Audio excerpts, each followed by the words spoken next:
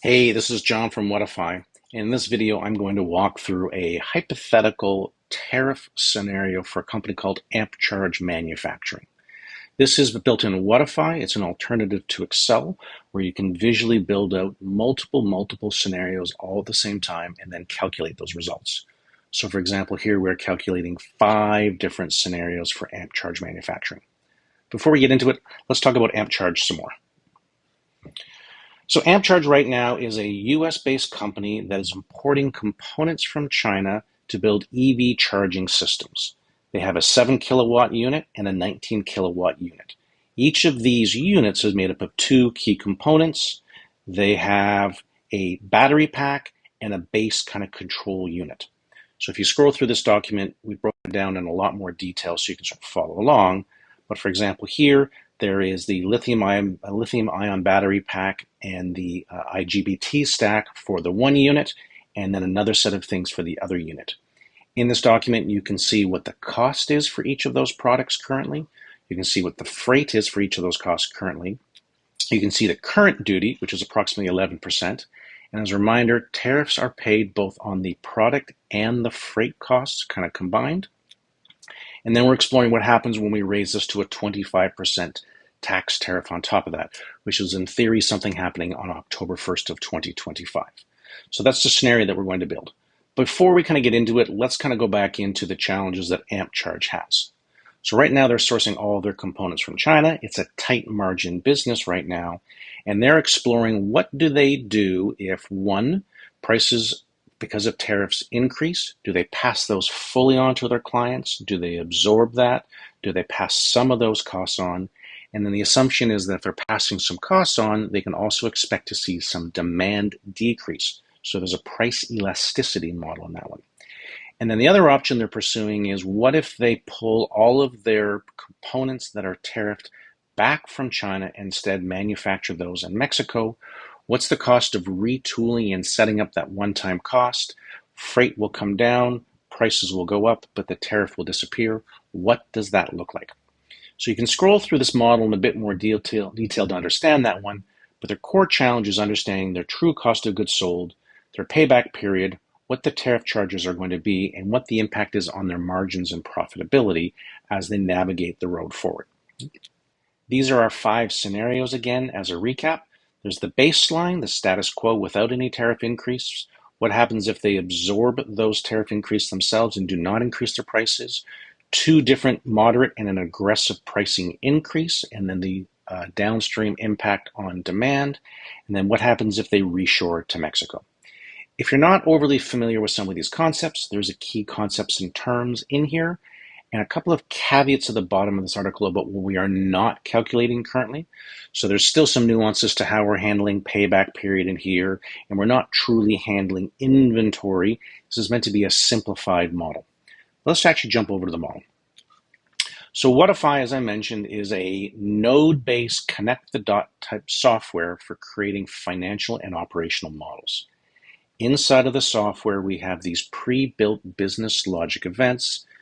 Think of them like functions or chunks of code in Excel, but instead they're modularized into these Lego-like pieces that you can connect together, whether that's contracts, incomes, loans, whether they're customers and growth and churn, looking at funnel metrics from website visitors and how many kind of convert.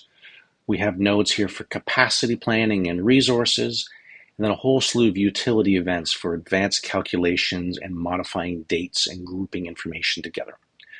Without getting into great detail, let's step through the basics of the model.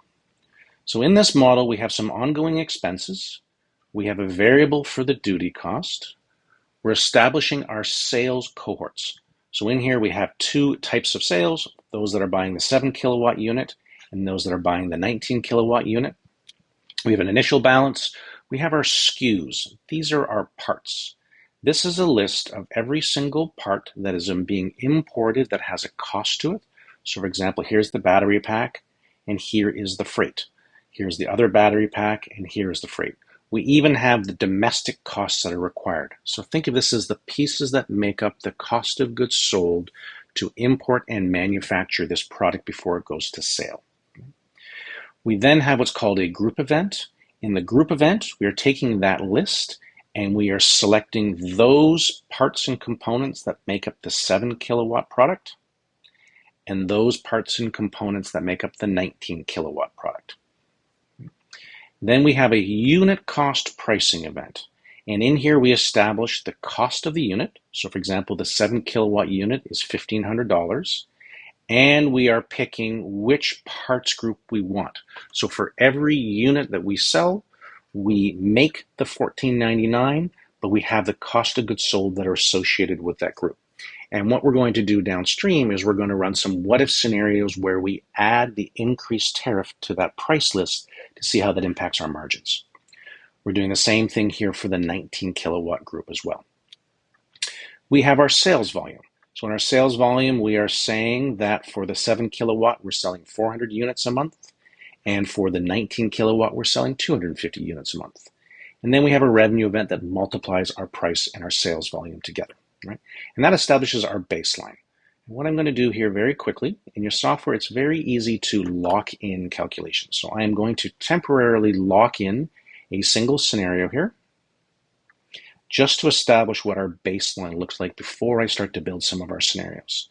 So what you'll see what I've done here is I've locked a couple of nodes in, and this really just represents a single path through the model. So carrying on, there are no changes to duty. We do have our tariff calculation.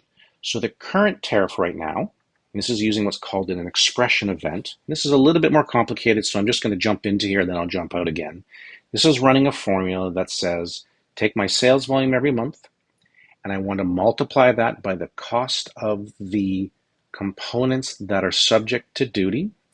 And then I'm going to multiply that by the actual duty, right, to be able to establish what our actual monthly cost of goods sold are for the duty, okay? And then we're writing that out to our database. And I'll come back to that database in a moment. Then we have some KPI calculations where I'm calculating our gross margins here, for example, 54% for this particular model. Okay? Everything in whatifi gets written out to what we call a ledger or an account. So where it's different from Excel is it's more like an accounting package, and you can find all of your information in here. So for example, we can see our income month by month by month here. We can drill down and see the revenue that we're getting for both of our particular products. We can see how many customers we have in each of these models, 650 and 250. We can look at our parts and materials list, and we can also look at our costs of goods sold and the operating expenses, including the duty for all of these models. You can look at them in this table-like form. You can look at them in a graph type form here as well, so we can look at our income and expenses, and we can bring that up onto the model, and we can see what these things look like in our baseline right now. 1.2 million coming in, 1.1 million going out. Gives you a sense of how tight our margins are. Okay. Now let's backtrack and turn on some more scenarios here. Okay. So now, if I remove the baseline and I recalculate, you're going to see we now have 4 different scenarios because we've activated this part of our financial model. And as a recap, what our model does is every single day it steps through every node in this software, steps through every single path, and calculates all of the outputs day by day by day. So now we have a second branch in here where we are increasing our duty. Here we are increasing our duty from 10.9% to 25%, and we're doing that effective December the 1st. Right? Now, what happens? Either 1, we absorb that cost, so our cost of goods sold just goes up, or 2, we increase our prices by 4%, but then we expect our demand to go down by 6%. Or we increase our prices by 8%, but we expect our demand to go down by 12%. And you can play with these numbers. So now, if I run all 4 scenarios, and I look at our income over time, we can start to see differences, about $1 million differences over a 2-year model in this particular scenario. Or we can sort of see that month by month, what those differences are.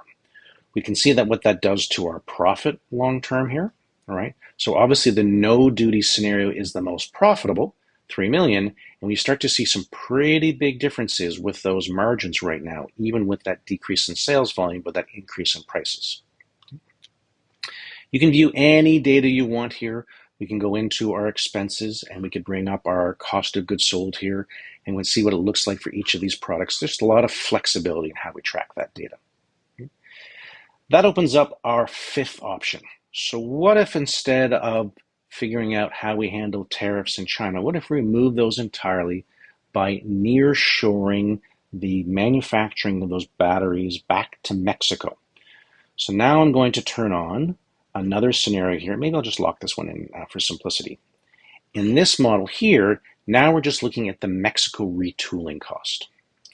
So in this model, we have a one-time $250,000 hit to get the retooling costs and things set up there. This would be a CapEx cost. Keep in mind, I'm not modeling this perfectly in the software right now. Really, there's a few things I'd want to do to be more granular and detailed. So now we have our battery group. So we're looking at manufacturing our lithium-ion battery, and we're looking at our larger battery here. And now we can say, well, what if our shipping costs reduce from $12 to $3? So we have that savings. But what if our overall cost is 18% more? So we had the cost to manufacture that initially. Now it's 18% more because it's local. So as you can see, we have a whole bunch of variables we're playing with here at the same time, and this allows us to model that particular piece out. So now, with that in mind, let's turn everything on. And we have 5 different scenarios. We can look at our profit long term, and we can see that our most profitable is obviously the no duty change. Our second most profitable is actually the Mexico retool. Now keep in mind, this doesn't include the hit to getting that set up. Then we have our 8% increase, our 4% increase, and then absorbing our tariffs. If we look at cash flow, though, you'll be able to see here we have a slightly different story because we do have the hit on that setup cost for retooling. So right now, the retooling doesn't pay for itself over the next 2 years unless we start to increase demand at the same time as well. Again, what have we done here? We've built a complicated but also a simple model to try to understand the cause and effect relationships of different decisions and when those decisions are made. This is a template that you can download and explore yourself. You can duplicate it and use it yourself there as well. Or if you're not that spreadsheet or financial savvy, myself and my team are more than happy to try and model out your use case in the software here at the same time too. As always, we're looking for feedback and guidance on what things you'd like to see in the software. Keep in mind, we do have a dashboard view here that allows you to pop up any 2 scenarios at the same time. For example, we can look at our baseline and our Mexican retool. We can put these side by side in our model here, and you can explore a P&L for either of these scenarios to understand the difference between those 2. These can be exported out as a CSV file or a PDF afterwards if you want to. You can also look at any of your data in different types of views. For example, your sales volume in scenario 1, your sales volume in scenario 2. Any type of information can be bubbled up to this dashboard view as well. So again, my name is John. I am the founder of whatifi, and I'm happy to help you better understand your options and your choices and your outcomes when you're trying to navigate the tariff uncertainty. Thanks very much.